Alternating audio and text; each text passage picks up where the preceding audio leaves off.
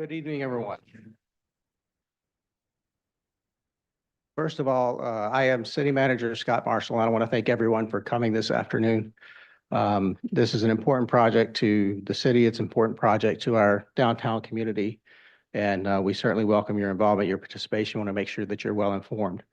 We know this project has had several changes so far.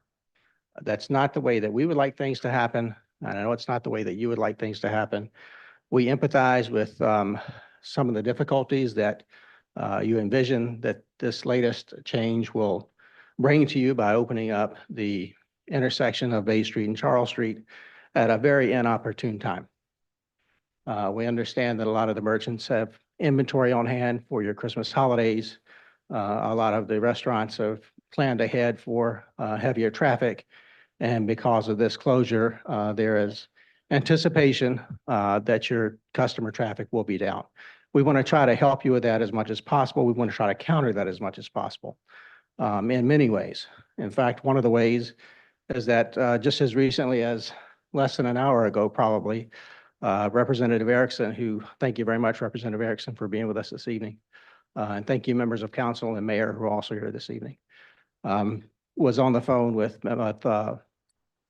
office personnel from South Carolina Office of Resiliency, who are the project managers for this project. And she was discussing whether there was any flexibility to push this project's start time back until so the intersection would not be open until after the critical parts of our holiday period, till after Black Friday, until after we get through Night on the Town during some of the critical shopping periods. So we don't have an answer on that yet, but we have asked the question, and we do know that they are considering it. So that is positive. Also, I've been in touch with Rob Wells with the CVB. I've been in touch with Megan Morris from the Chamber. I've been in touch with Ashley Hoke from Baja. And together with them, as well as some of our downtown business owners that we intend to contact, we want to put together a group, a task force that will think of some quick reaction incentives that we can put together to continue to bring customers downtown. And just off the top of my head, some things that I would like this group to think about would be maybe we sponsor some special events. When I say we, I mean the city. Sponsor special events. Maybe we have a couple streets closures, some bands, some activities downtown. We contract for some videos to show that there are people downtown. There's still people shopping, because the overlying theme is downtown is not closed. Bay Street is not closed. So pedestrian traffic will not be affected in any way whatsoever, even if this intersection is opened up on November 13th, as we've been told. So the pedestrian traffic will still flow. Downtown will still be open. Bay Street will not be closed. Bay Street will be open except for that one intersection, and traffic will be rerouted accordingly. It's not ideal, but what is also not ideal is if we don't move forward on this project at all. It's critical, this project, that it helps us maintain the drainage and the flow of water and our stormwater.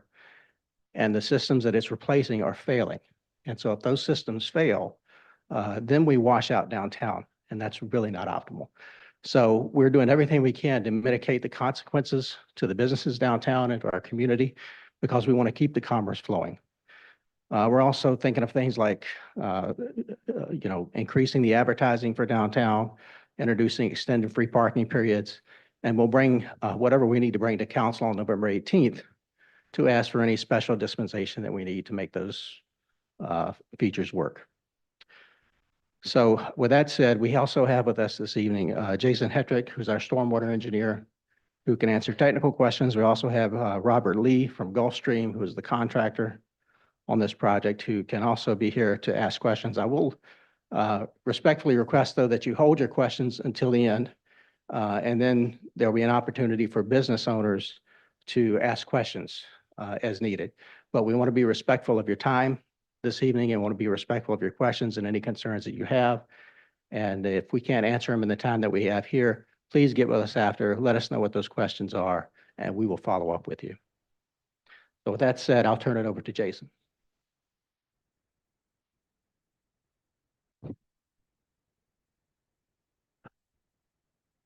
Thank you, everyone, for coming tonight. And to echo, you're good. Okay. Echo Scott's words is, it's this intersection is a critical part of the entire project.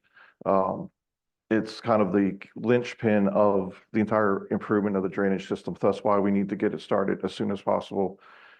We can't work upstream from this intersection until we have this main conduit put in through Bay Street and into the marina parking lot. The new system upstream of theirs will start impacting the existing drainage system as we replace it. So as we're putting in the new system on Charles Street north of Bay Street, we're tearing out the old system. So we can't tie that new system back into the old system at Bay Street because of different elevations. The old system's very shallow, the new system's very deep. So to get started, to have any sort of progress on the project, we have to start at that location. Project is a federal funded project with a very strict timeline on completion, or not, the city loses the funds. That's the other thing we're working against. And then also right in the area of the relieving platform, you might ask, was why can't we start there? Relieving platform has, as much as you probably have known in the news and the other projects going on in the city, has a lot of mystery and unknowns to it, based off of just the limited information that was available during the that dictates how it was constructed. So we based our design off of that design, and since bringing Gulfstream on board, we've been doing exploratory excavation in that area and finding more details, more precision-based elevations on how the thing was actually built in that exact location that we need to go through. And that's required more, and we knew this going into the project, more working and collaborating with Gulfstream and the city on how to effectively put the new pipe through the seawall while not causing any more harm to the seawall and the relieving platform. So we're simultaneously working on that part of the project as Gulfstream's working on implementing actual construction. We can't sit and wait for a couple months while we're ordering, finalizing how we're going to penetrate through the seawall while maintaining the relieving platform and not causing any more harm or damage to it. And also there's at the waterfront park, there's one component of the brand new drainage system that is a proprietary 72-inch check valve, and that's going to keep the king tides and the high tides from backing up into the new drainage system, which it doesn't have today. So that provides higher capacity and higher service life for the new system. Problem is, or the challenge of that check valve is it is a 72-inch proprietary check valve that has to be custom manufactured and custom built. We can't install the new pipe system in the park area until that shows up on site, which is not going to be until the beginning of the year. So we're pivoting as we're getting schedule updates from manufacturers, deliverables, precasters. There's a lot of vendors and part of play of this project between manufacturing the very large drainage structures. These are 120-inch wide, 15-foot deep manholes. So they are not something that we can go to Home Depot and get off the shelf. They take months to precast. So that's all leading to why the Bay Street intersection is allowed, where we can start doing shovels in the ground and get the project moving and still meet that very hard deadline that the federal government has placed on this grant, which is this summer. So I guess we can touch just briefly. I did want to bring up the display of the detour for the intersection, and as the city manager mentioned, that Bay Street is not closed. Bay Street will be open both directions, but with properly signed detours, it's going to reroute traffic up to Craven Street, either direction. Oops. Let me go to screen share here that it's a little bit less volatile.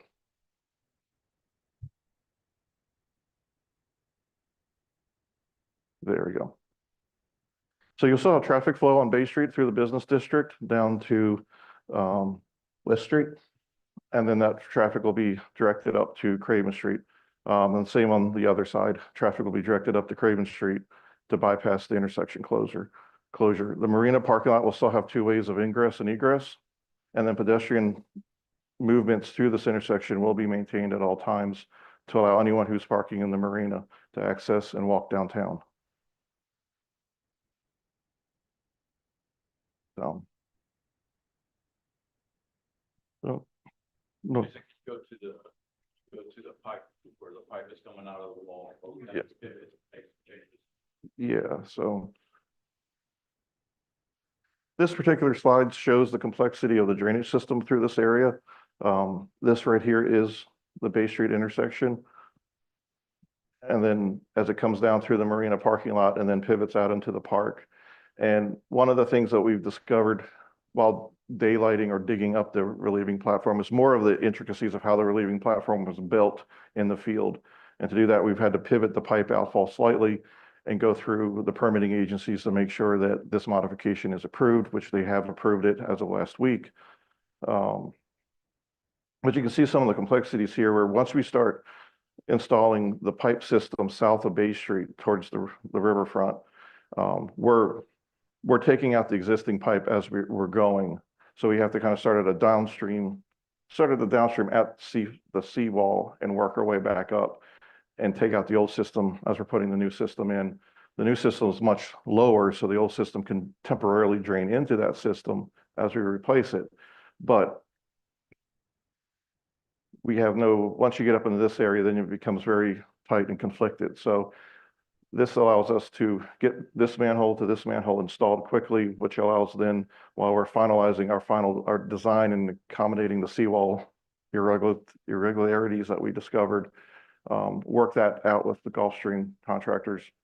They can continue working upstream and keep progress and keep us on schedule with the grant requirements.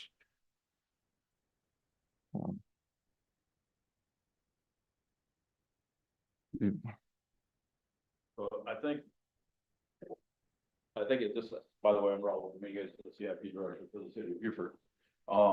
As you can see from what Jason has just explained, some of the greatest issues that we're having is timeline related and the structures that need to be put in place and the timeline that it's going to take for those things to get built and shipped to us. Again, that intersection is the most vital part of this entire project, is that intersection. So in order to move forward, that's where we need to start. The question is out there to score. The question is out there, can we move this? And that will move the timeline of the project.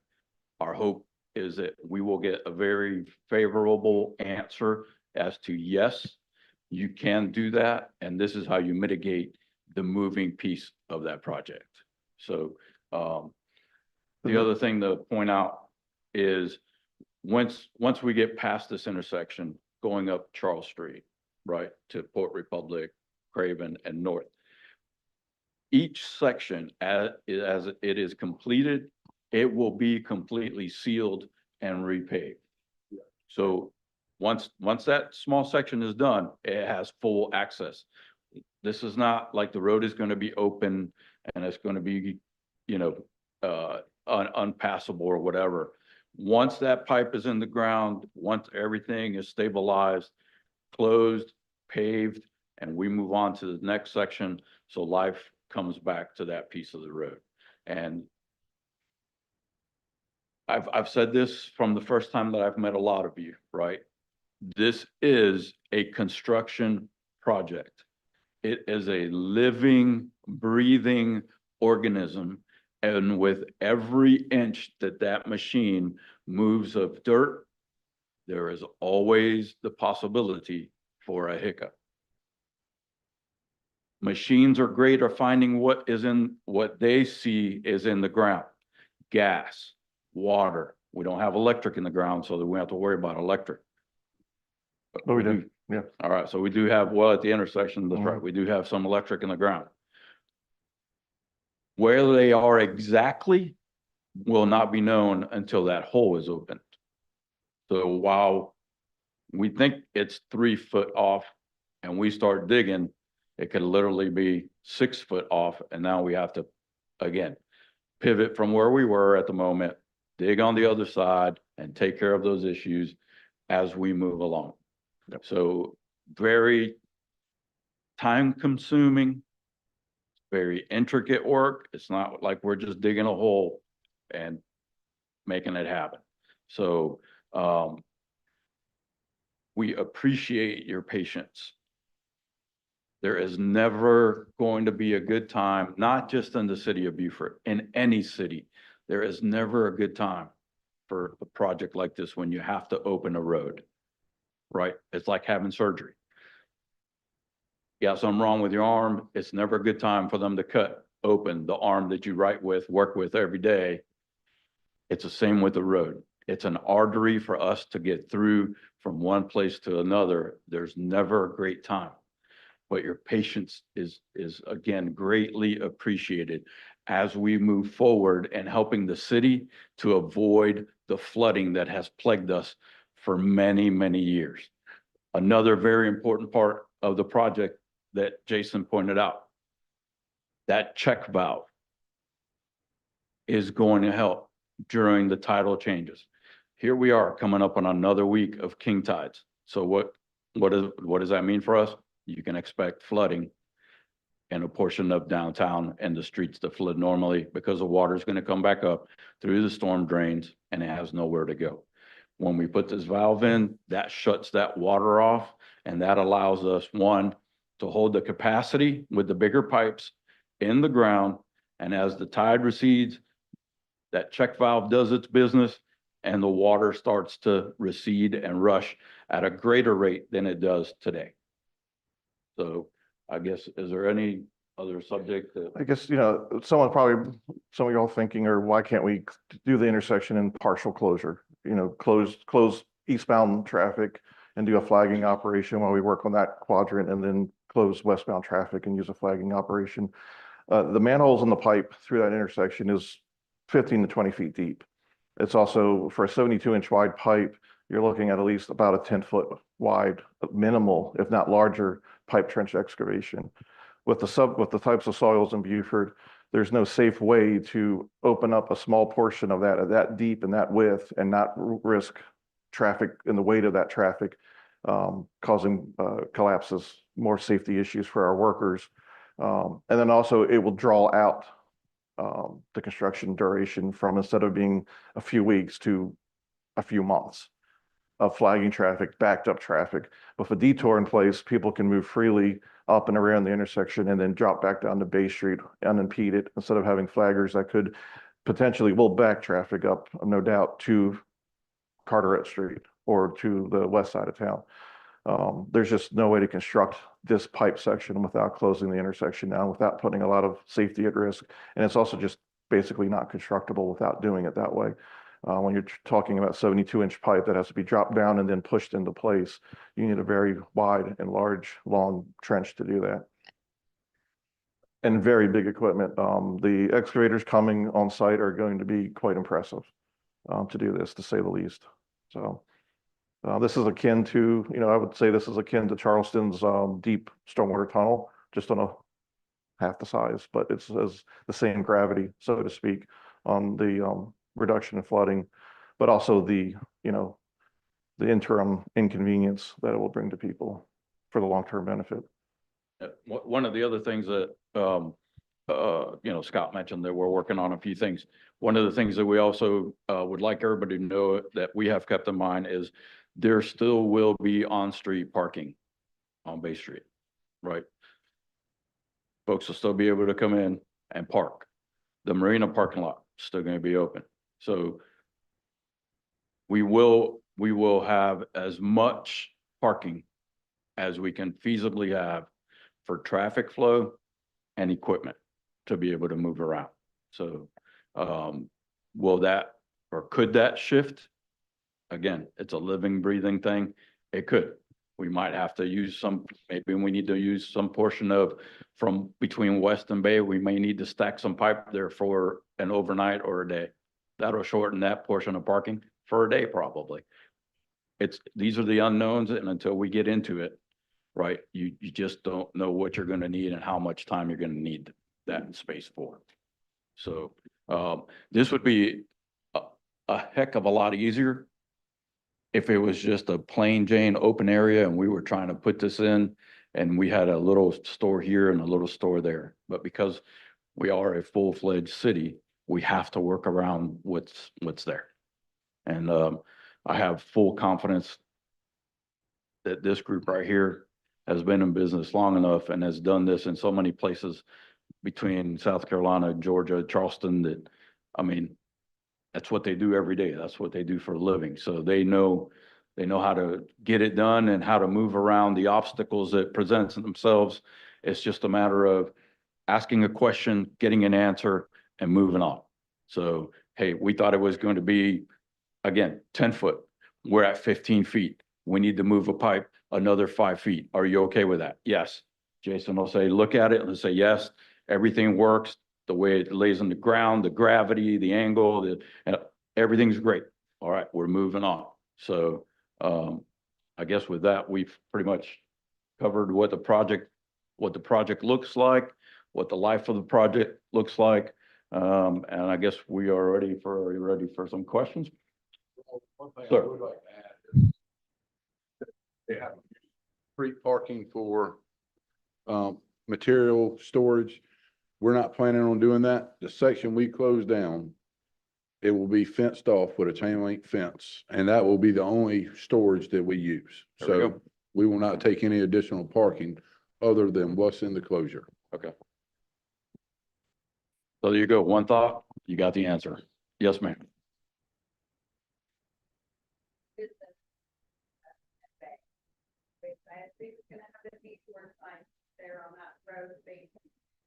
Yeah, you want to put up that map? Still be available between West and Bay. How is the flow of traffic going to work for people to turn around and exit on that portion of downtown?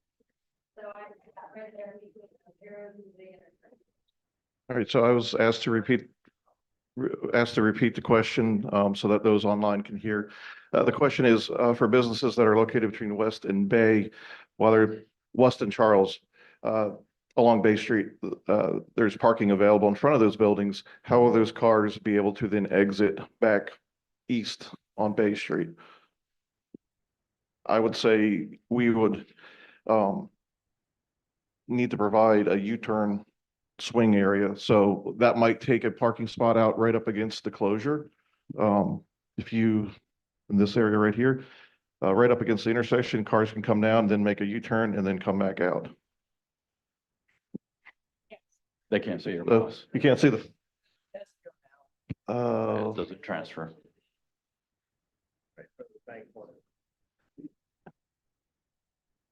here we go. So as cars come down here right in front of the bank parking lot, they can make a U-turn and then head back out this way. We could do a temporary signage for that.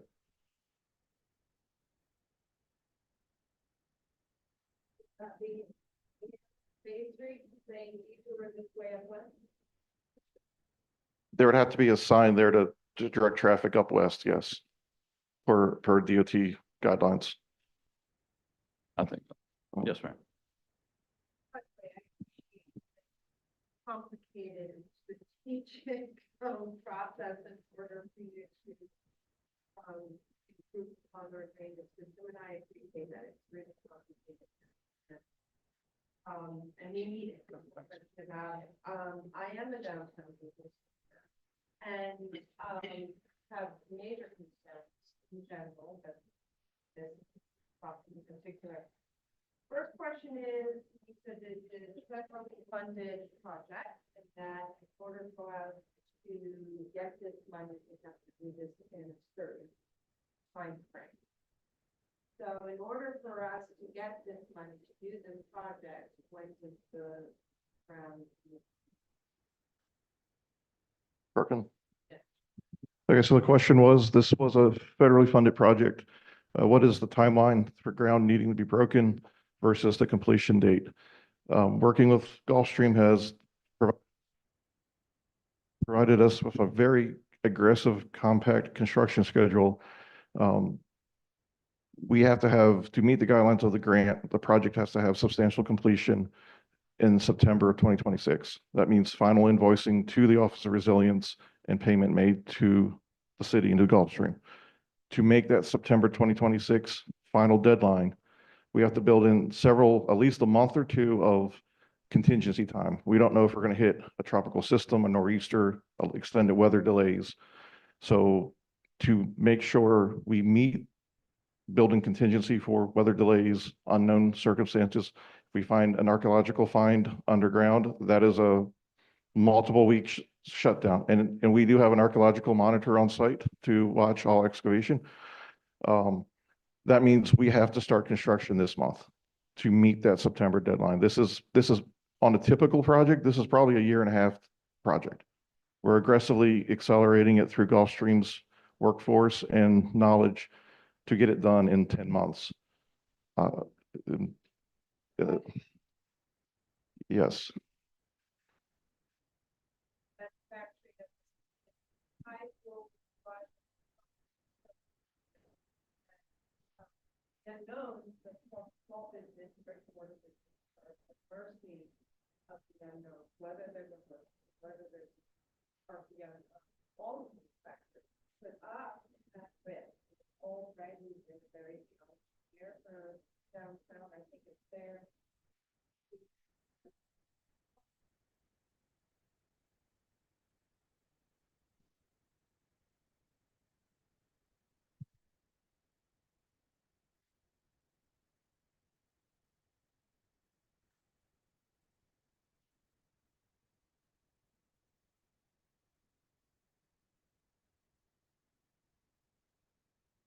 Project like this, like the festival. Oh, sorry. I didn't even think about that. People do stay, they stay at bay, they back off, residents, some will not come downtown often for certain festivals because they know they can't get parking. And it's just not good for small business, unfortunately, really is not. At the last 2 months of the year that we depend on, the money we depend on, small business depends on holiday business to get us to start up the next year. So I don't know if any of this has really been thought of. All of those concerns have been thought of. And we have spoken about it with our operations team, myself, Ashley, of course, city manager, and we are looking for ways to help, right, with the offset of bringing the traffic in. So again, we're providing as much parking as we can. We're talking about ideas of having, if folks have to park a little further out, Craven or whatever, figuring out how to shuttle those folks from there into the downtown area. Our goal is not just to get this project done, but to help the downtown area and people outside of our area even know that downtown Beaufort is still operating and open for business. That is the biggest message that everyone in the room can carry. Yes, we have a big project going on in Beaufort, in the city of Beaufort. We're building our resiliency, but we are open for business, right? People, the stores are still open, the restaurants are still open. There's still stuff going on at the park. We're open. It's just an inconvenience at the moment. Yes, ma'am. You do, because the folks on the camera won't hear. So just real quick, one thing that I have many, but just to keep it moving and being productive. What exactly is the deadline? I've heard multiple, and today in my conversations with SCORE, the deadline that I understand was December 31st of 2026 for the Charles-Craven. Obviously, the deadline for the Old Point is different, but when did that become the deadline? As Jason just covered, there's a time for the actual construction and in the ground stuff to happen. There's the time for them to finish the paving, the sidewalks, that all has a timeline. And then there's a timeline where all these documents that they have to fill out saying that the project is closed, this has been inspected, that has been inspected, and that deadline has to be met by December. Yes, sir. I'm aware of grants. Just a quick Okay. question. When you did the grant, when you filled it out, I'm sure that the requirements were made known at that time about deadlines and things like that. Is there a reason that this urgency has just become up now? Is there a reason that we find out a week prior? I would just like to know what that's about. I was not part of the grant when it was written. That was done by somebody else. Who was that done by? I don't know. I was before I got here. I'm just picking up the project when I got here. And So somewhat, does any of the city officials? does, Jeremy, that grant was applied for several years ago Okay. during the COVID time period. Okay. We had several grants. I don't have all the details in front of me right now, but I can get them for you. But we had some projects that we knew we could not complete, and we had to work with the granting agencies to get approval to apply it to other projects. This may have been part of that process, and that takes a while to do that. And then to get that funding approved and assimilated in the budget through the city, that takes a while. And Yes, sir. so, but those are some of the delays. When was it awarded? When was the grant awarded? I don't recall off the top of my head when the grant was awarded. And was this the purpose of the grant all along? Or did you say you had to pivot from other projects? We have had to pivot from some projects to other projects. I'm not sure in the process where this one is, but we can get all that information and that detail for you. Yes, sir. And I just, real quick, I know there's many people who want to speak, and I certainly don't want to monopolize the time. My name is Jeremy Weatherford, and I own a business downtown Beaufort that I built from nothing, like most everyone in here. And getting a week notice is inexcusable. I'm sorry, but it is. I've also been involved in construction projects. I was involved in the Main Street revitalization in downtown Columbia, and that was a very large project. So I am not an expert and I don't have answers, but I am familiar more so than just not understanding construction. So I do understand. I understand delays. What I don't understand is how where the ball was dropped. When did it become a pivot rather than a plan? And I would just like to know those, please. I think I can lead into that, Yes, sir. right? So our beginning conversations when we started talking about this was the focus of this team was going to be on the seawall, if that's what you're asking, and we were going to work our way back. Then the conversation became, we're going to start at Charles and work our way up to Port Republic and Craven and all of that, right? In conversations going back and forth with the engineer and Gulfstream, because of the fact that on the previous picture, you saw where the pipe had to be shifted. Mm. That was the first pivot. We had to pivot from there on the project, not starting there, because that would have thrown that section up. The bay could have thrown that off. Follow me? So because we had to angle the pipe, it could have been that we may have had to move the line going up from that pipe just a little bit like we've been talking. That was pivot number one.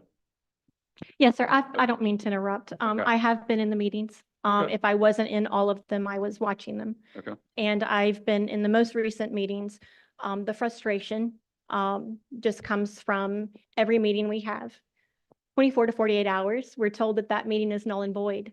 And having a little experience in construction, I truly don't know how that changes that quickly, especially when you have manufacturing and when you have things that have to be put in place by a certain time, especially big machinery.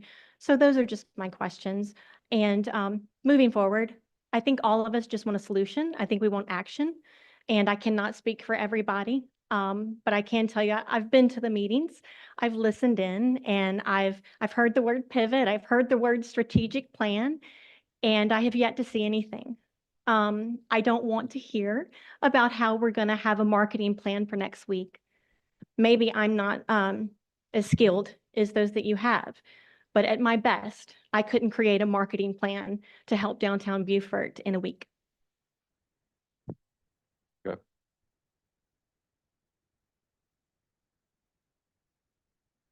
I've got the gentleman in the back.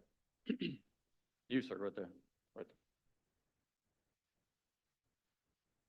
there. Hold on, can we wait till you get to the microphone?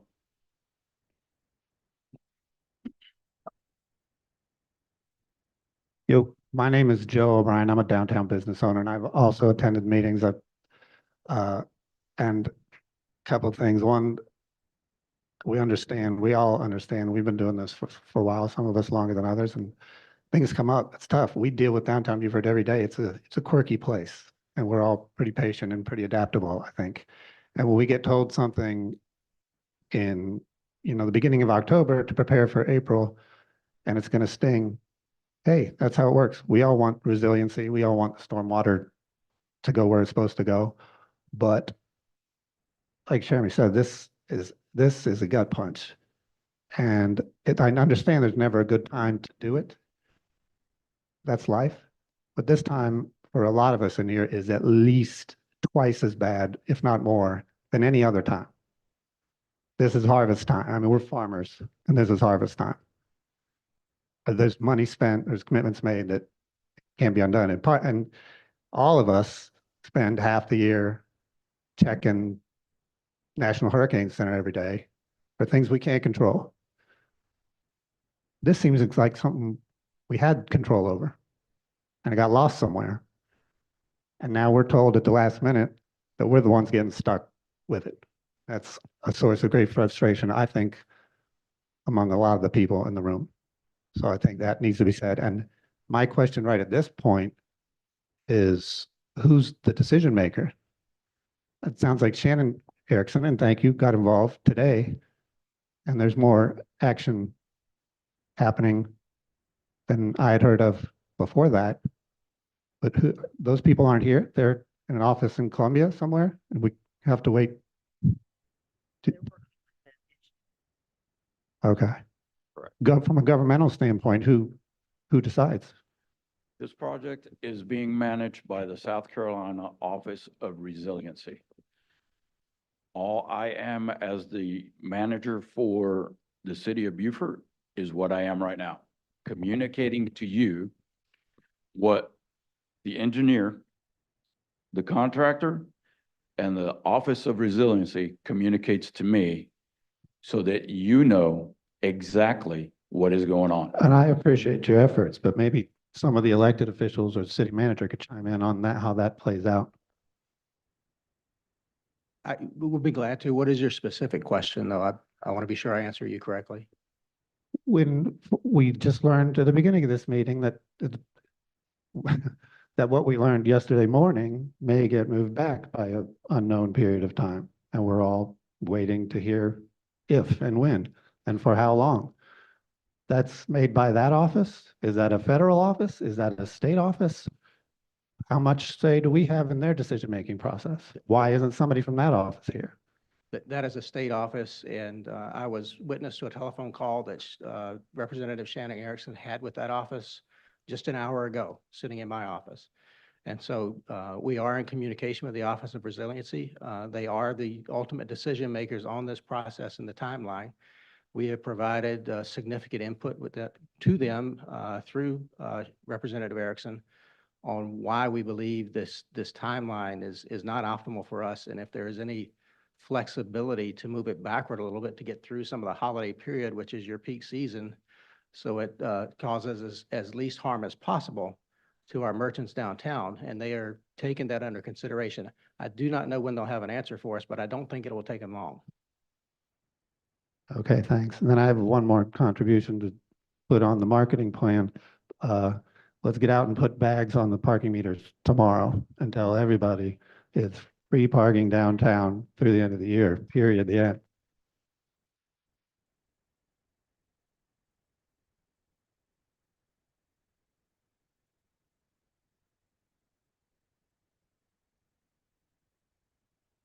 I'm just a little bit confused. When we first started talking, one of the very first things that you said is that elected officials are getting involved and you guys are waiting to hear about the possibility of pushing this back, let's say 3-4 weeks. But it sounds to me that as this conversation is continued, we're already in a timeline that's not going to allow that. I think that I speak for a lot of the business owners as well, that the back and forth and the hope and maybe and this and that, is the timeline already cut in half, as you've said? Or is there any hope that we'll get this pushed back 3 to 4 weeks? That decision again will be made by the state office, and If they decide, then that just shifts their schedule back a month. Right? So if it's a month, month and a half, it'll shift the schedule back a month, month and a half. What's that equate to? All right, we don't do Bay Street. We don't do the intersection. They can start somewhere else. But that moves it back a month and a half, right? So that leads us into another busy time of the year for the downtown operations, right? It could be July during Water Festival. That's. No, Uh, no. See, right, so with every question, every move, we hit another major milestone for what's going on in the city. But, yes, ma'am. Oh. Go ahead, she's got the mic. Hi, Lisa Sunderlow with the Historic Beaufort Foundation. I echo what the businesses are saying here. I happen to have been the Main Street director for almost 10 years in the downtown a long time ago. And downtown's been through so much, whether it's storms, whether it's shopping centers opening, whether it's parking meters, what have you in the downtown area. You can't discount what those feelings are and what those concerns are among the businesses. And to look at it strategically is to recognize when their critical points are. And their critical points are Christmas, most definitely, and, at annual holidays throughout the year. But Christmas is probably the number one. Would that be correct, everybody? Yeah. So making a plan that does not recognize that is not healthy for anyone, within our community. But is there something the businesses and organizations can do to help with your discussions with the Office of Resiliency? I'd have to, yes, ma'am. Yeah. All right, so we're just talking around. City project I'm sorry, thank you. The reason that it's being managed by the state is only because that's the federal pass-through for the money. So it's not that we're trying to micromanage. That's how the money flows. It's how the feds have dictated that it happened. Now, I apologize that I wasn't brought in on any of the details of this until today. So I'm kind of on a little bit of a catch-up, but I promise you, I work fast.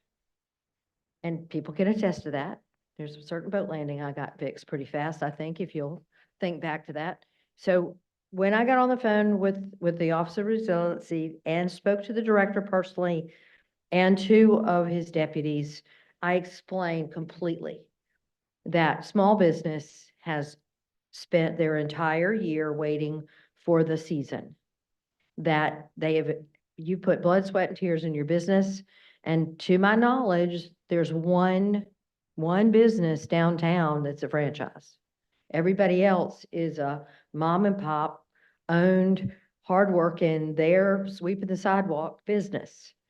And we are also facing a lot of our population in this area with no income from the federal government right this minute. Tourism is down across the nation, and that we're getting hit with another storm, if you will.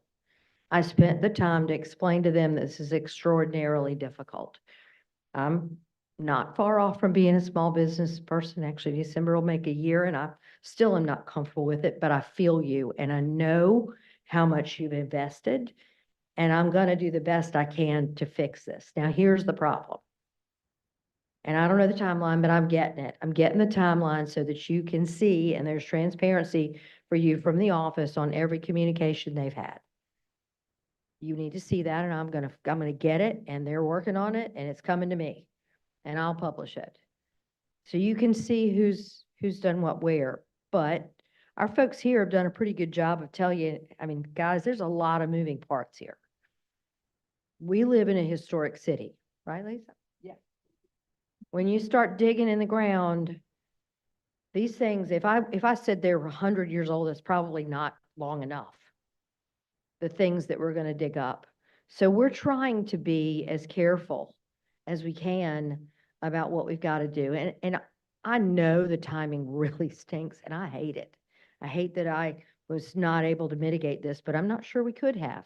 Because as we have done the homework through the engineers and the work of the city, there's more and more of this job. And I was told today unequivocally that they need 12 months. They didn't tell me 12 months included the finish up and paperwork. They said 12 months of construction. So I'm taking that at face value to tell you, I think we need to be prepared for that. Now, I don't like that the timing is here, and I'm going to do everything in my possibility to get it pushed.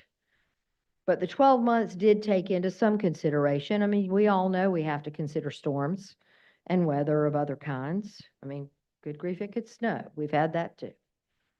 I mean, we all know it. You live here long enough, you wait for the weather to change. So I will know they are working with our fine folks in our engineers and the folks in the construction. They've got to figure out if there is any wiggle room within their already planned days that they would have to give up.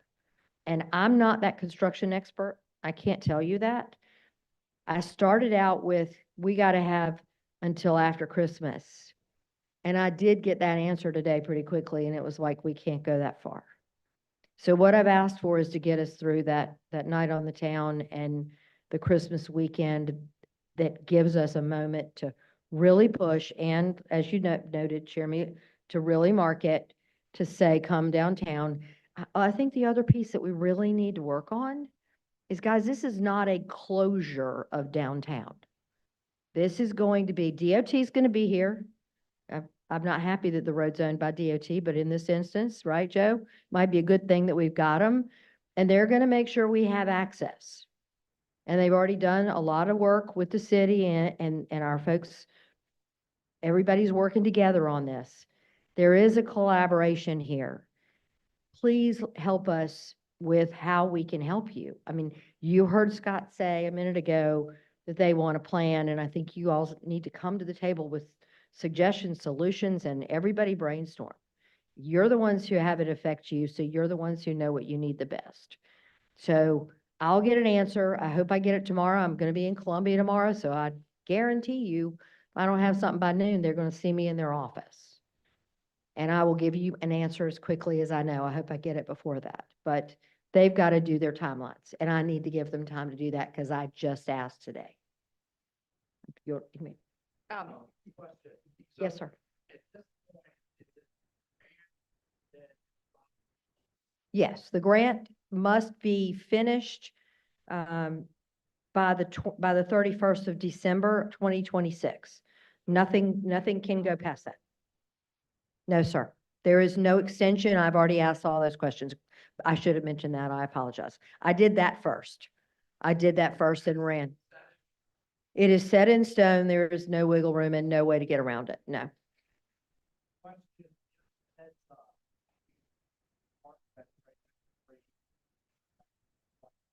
Mhm.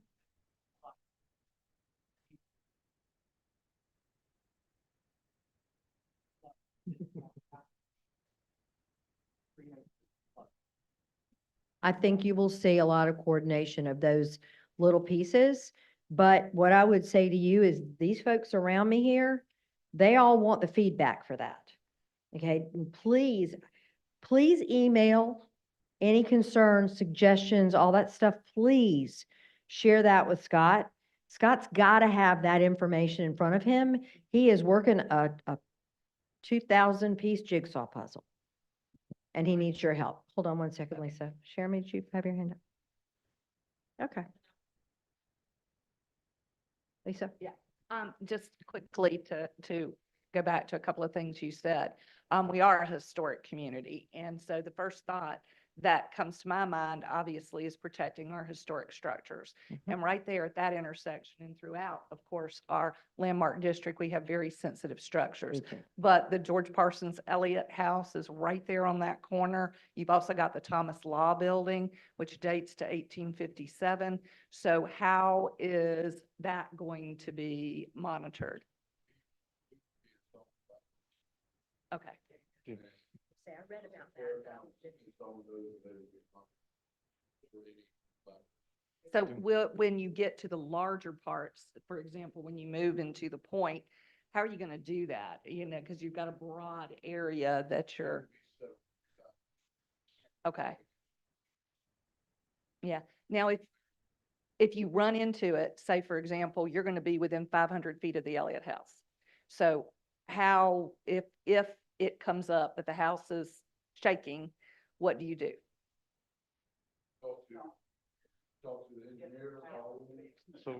So if the vibration monitors alert for excessive vibration, we're following SCDOT's vibration policy on monitoring for roadway projects, which includes historic structures.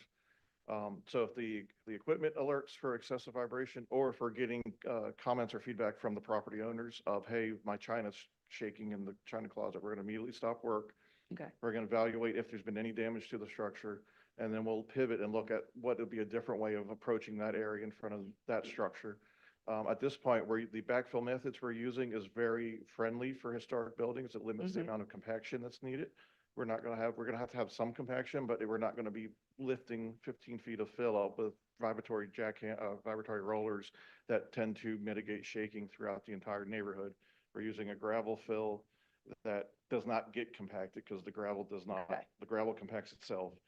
So to get in though, to the street and to the other areas as you're doing this, you won't be using any jackhammers, you won't be using anything that would cause. There will be as needed hand equipment and things that will cause vibration, but that's why Okay. we have the vibration monitors there, so that if Gotcha. that for whatever reason, there is a, let's say a beehive sort of effect of vibration, they're going to alert, they'll shut down, and we'll pivot and figure out what, See what you gotta maybe do. we slow down the work in that area and just use one piece of equipment at a time, or we Yeah. find a different way of doing the work. But Yeah. we do Well, have the equipment in place to monitor it. I want to offer our assistance in helping y'all with that if you run into any kind of issues or concerns. One last thing, as federal dollars are being spent on this project, has the Section 106 process been a part of it? Yes, we did a full environmental document as part of the SCORE process that included Section 106. We've been in frequent coordination with the State Historic Preservation Good. Officer. That's why we will have a monitor on site during all excavation. We've also trained Gulfstream's folks on what to look for when they're excavating. So if someone's not there present watching, if they pull up a piece of something that would be considered significant, they know what to do of stopping work, making the appropriate contacts. So we're very keen on in following Section 106 and have open dialogue with those folks in Columbia. Thank you. I appreciate that. So just 2 points on there I'd like to just touch from my perspective. One, something I learned because I usually deal with open areas. When that sensor goes off, within a minute, they're notified of what's going on, and that comes to a stop. So it's not like a delay, right? It automatically, the sensor sends the signal, a minute it's received, and they're aware of it, so that stops. The other point that I'd like to make is for those that are here, and nothing travels faster than word of mouth, faster than the internet. We have to make sure that we let our businesses and owners know, as I've been doing with every communication and everybody I've met personally, is now is the time to start taking those valuable things that you may have hanging or the glassware or whatever, and start moving those from places where they can fall down, somewhere where they can mitigate the vibration per se, because that will help as well, right? To help you keep your stuff safe and not getting damaged. So.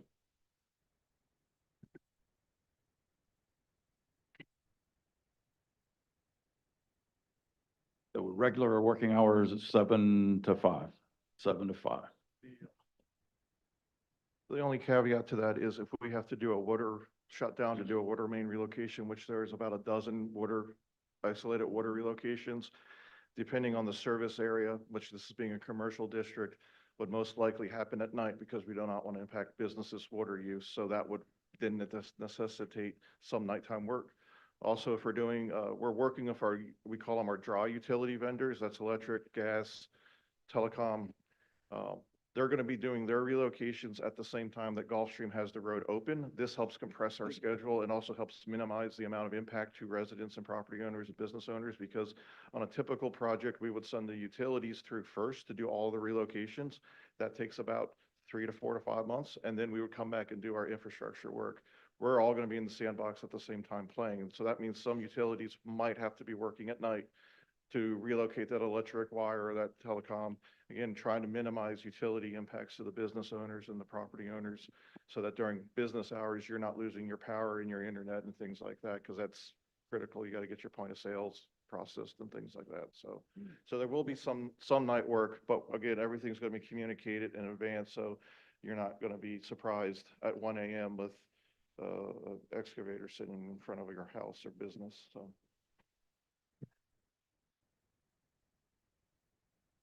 They'll pass it to me, I'll pass it out, it's gonna, to Ashley put it on the internet, we'll put it on our Facebook page, Linda will be aware, so Sarah will put it out through her means.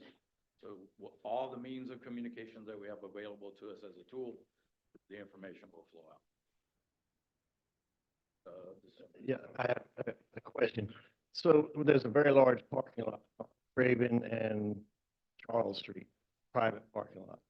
Perhaps the city could start talking to the owner of that property, and it sits empty most of the time. It's for monthly parking at this time, and that might be a place to pick up some additional parking. And I would also say, everybody clapped when you said put bags on the meters, but if you don't keep your employees parking on the street or in those free parking spots, it's a waste of damn time. Well, So to the parking, the parking lot issue. So I have had communications with the owner of that parking lot, and they are going to assist us when we start getting into the area where there's businesses or residents, right? To allow them to park there during the construction period in front of their business or home to be able to park there. The one corner that's a gravel on the corner of Craven and Charles, Gulfstream is going to use that as their lay down yard and working area to store materials and things of that nature. And they've also been quite accommodating to do that. So just a thought.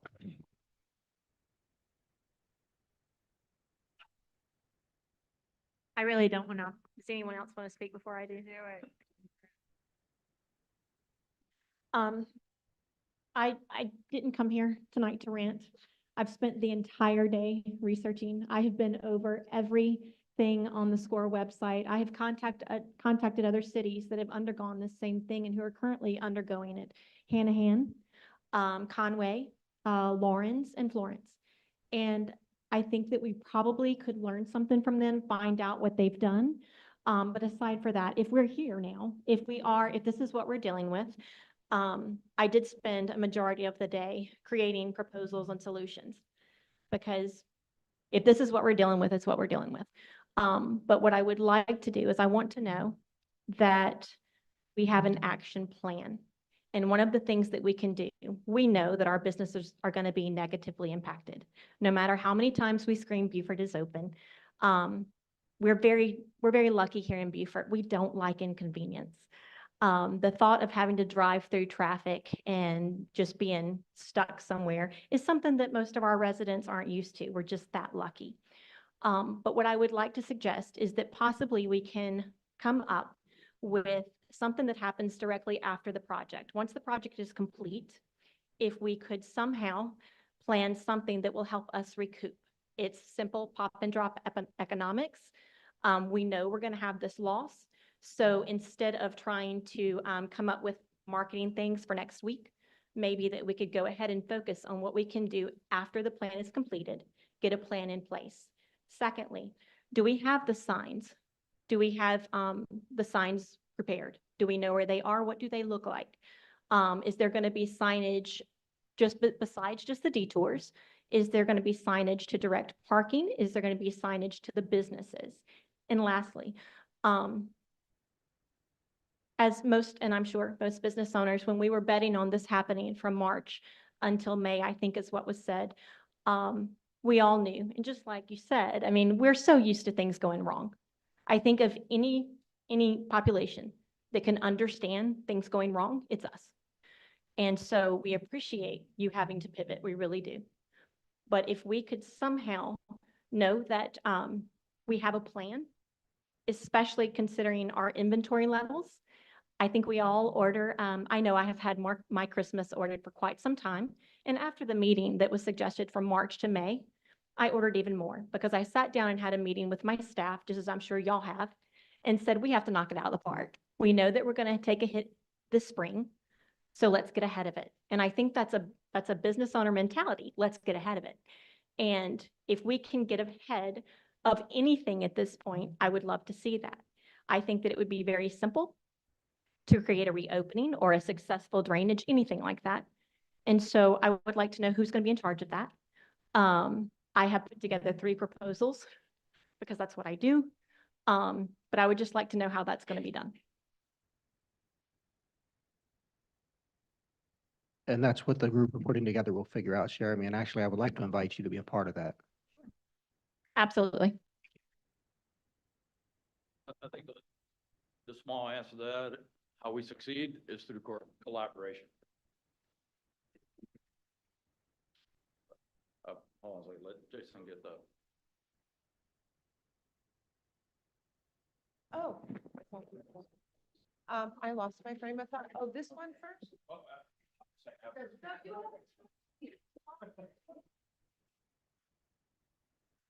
As of now, if no changes are able to be made, when do you plan on starting this?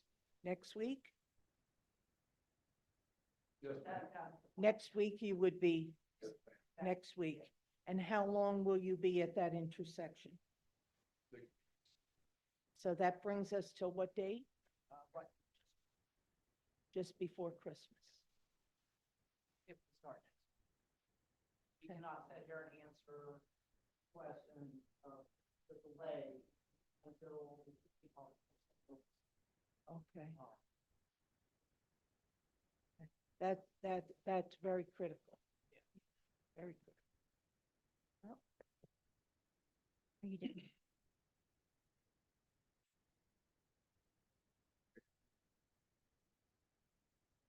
All right, what am I trying to say here? Okay.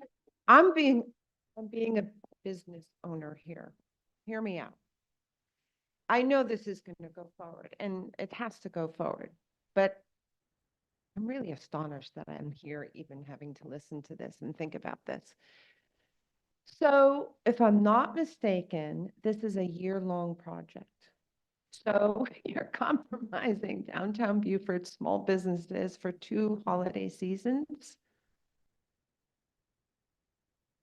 Possibly, and with hiccups? No, it's a year-long project in that we need to have all of so when they're done construction in September, we have to have what we call we do a post-construction warranty inspection a month after they're complete.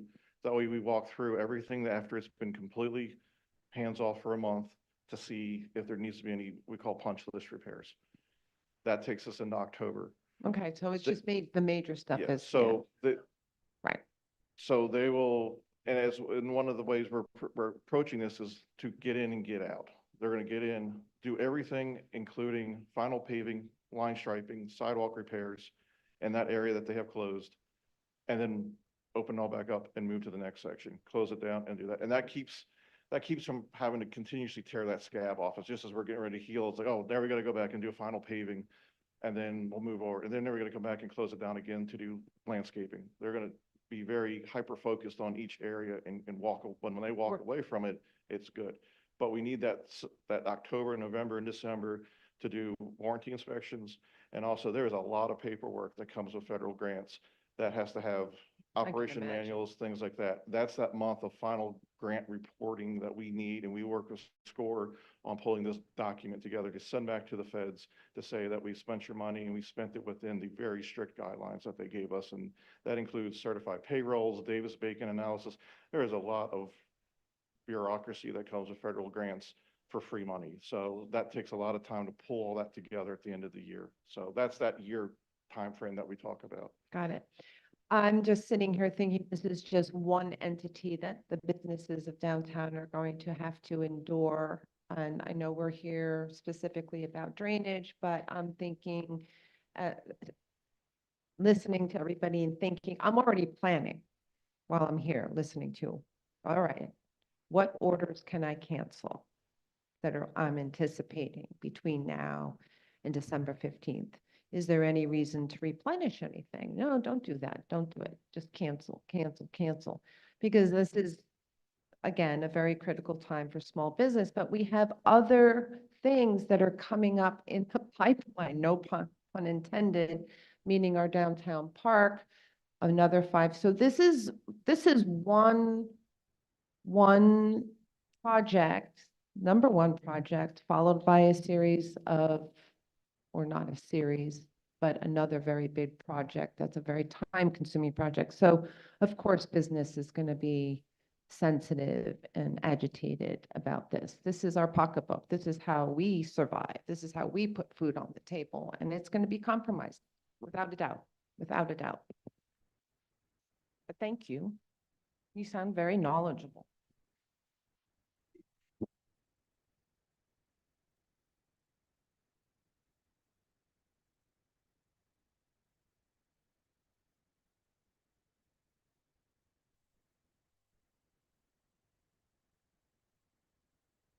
I don't know if this is if you guys are who I need to ask this to, but I need to ask it is, obviously we need to market hard to Beaufort.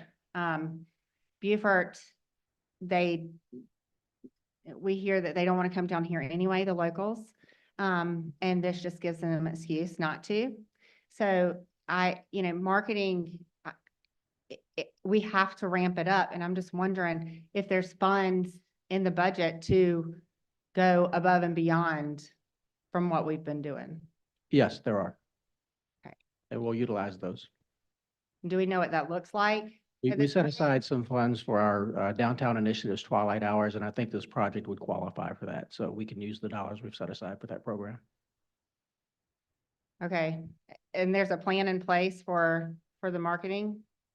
No, that's what we are going to begin tomorrow with some of our partners to include the Chamber, CVB, Baja, and now Jeremy, and I would be glad to take others into the group as well. If you have some great ideas to offer, you're welcome to join us. Okay.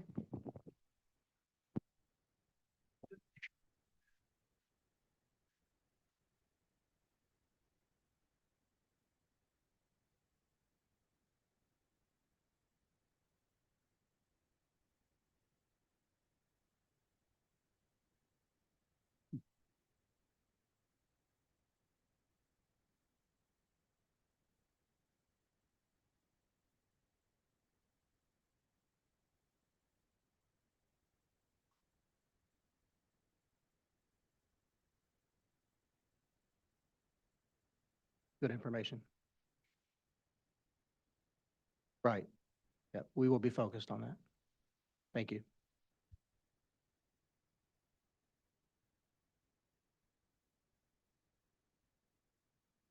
All right. Oh, another question.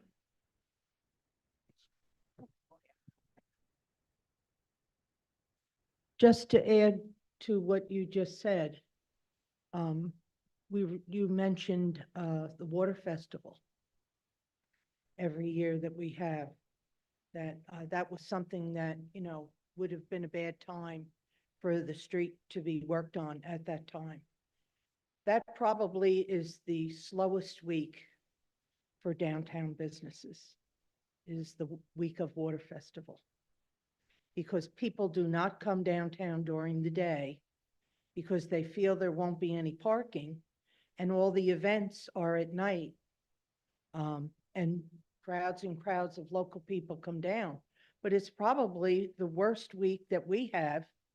I think I'm down there almost 15 years in the Shine Building. And that's been we could almost close that week. So to have an event that is not right outside our door to bring people inside, whatever gets decided upon, it has to be a shopping event, not a social event. Because when I have First Friday, I put all my money into wine and snacks, but people don't spend any money. They don't spend any money because they don't want to walk around with anything in their hand. Same thing with the Shrimp Festival. They come in and this year it was on First Friday. They came in, they had a free drink, and then they went down to the festival. But they don't want to carry a bag with them. So that's a social event, but that is not a merchant event for us. So any event that gets planned, I hope that the slant is more toward, let's keep the merchants going. So that anyone that's loyal, that's unaware of what is happening, will say, okay, I'm going to make the effort and I'm going to go down and shop at this strategic time. Because a lot of the ladies that I experience are from out of town. They come down and they want to have lunch and then they shop. They have a 2-hour time frame. They're all looking, when you hear the beeping going off. So if they're going to be parking another block or two back, their time frame is going to be smaller to actually make a purchase. And the employees will, of course, be parked in the strategic areas right there prior to 10 o'clock. So that when people come down at 10:30, those back streets could already be filled with the employees. So, all of that, I'm sure, has been thought about. I think what you're doing is, I think it needs to be done, but it can't be at the expense of the rest of us here, because you're talking about some businesses that may close. I'm serious. They may close over this because the critical fourth quarter is really serious. So, thank you.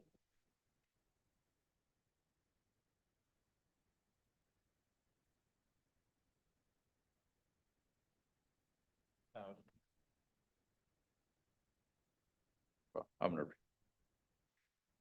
Is there, you have another question? A comment?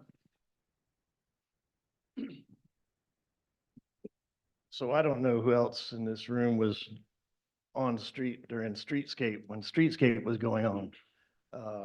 It was pretty traumatic. I mean, we had no sidewalks, very little parking. People had to come into your store over plywood or over 2x12s. I mean, it was, but they did. They came in. We marketed it. Pardon our mess. This is not going to last forever. We all need to be positive. We can't, every time a customer walks in our stores, we can't be negative on this. It's going to happen. I don't think we're going to get this project stopped and delayed till January. So I think the best way we take this is to be positive. Let's work, share me great ideas all throughout. So happy you're here and your input. And I'd be glad to meet also, but again, we need to be positive. It's going to be a royal pain, and it's going to happen, but it's going to happen. And when we talk about the parking with our customers, and it doesn't make anybody feel any better. So we're just going to have to bear down and get through this, because it's going to happen. Let's be positive. Let's do the best we can.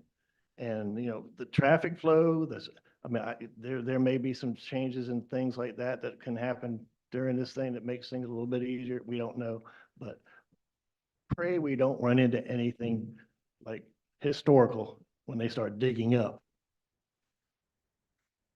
Not the truth. Well, I think we've shared all of the information that we have. I'm hopeful that we've answered some questions. We've definitely opened some doors. I don't need both of these. Doors of communication and working together and collaborating together to get the message out, to help the businesses continue to draw people in.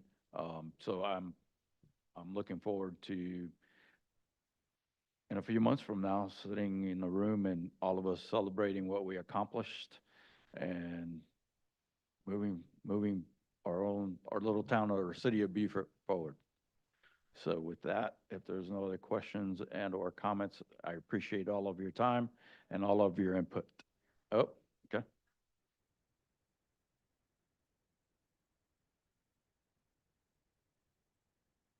Facebook, on the city, website. Ashley will put it on the Facebook. Sarah will puts it on her downtown communication bit, that she does. And then if need be, we do this again, either at, 500 Carteret, or if there's enough interest like it is tonight, we'll do it here. Yes, ma'am.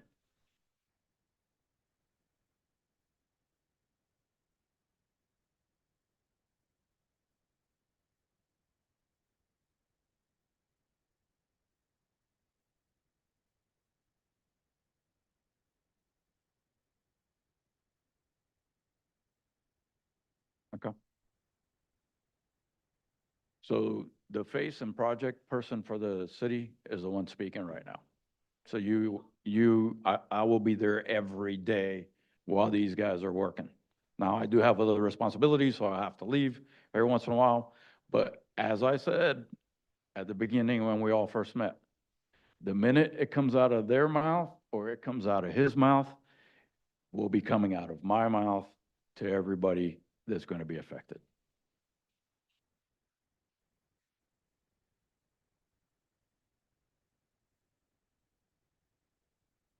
Yep.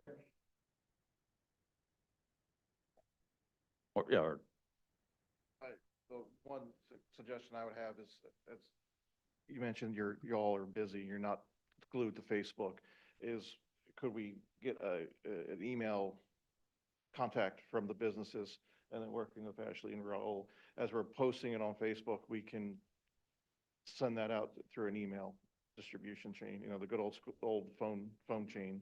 So. yeah, Sarah's already got something like that. So I'll work with Sarah and collaborate with Sarah to get those emails or get her a written report, and then she can post it through that, stream. Linda?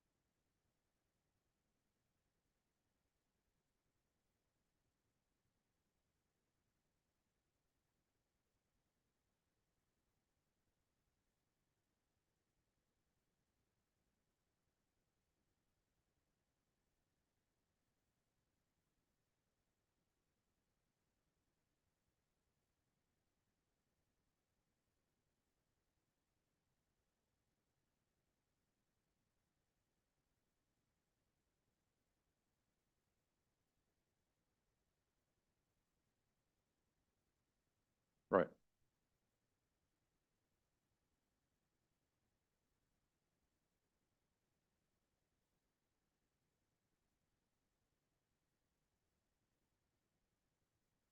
All right. Well, as the mayor always says, meeting's adjourned. Thank all of you.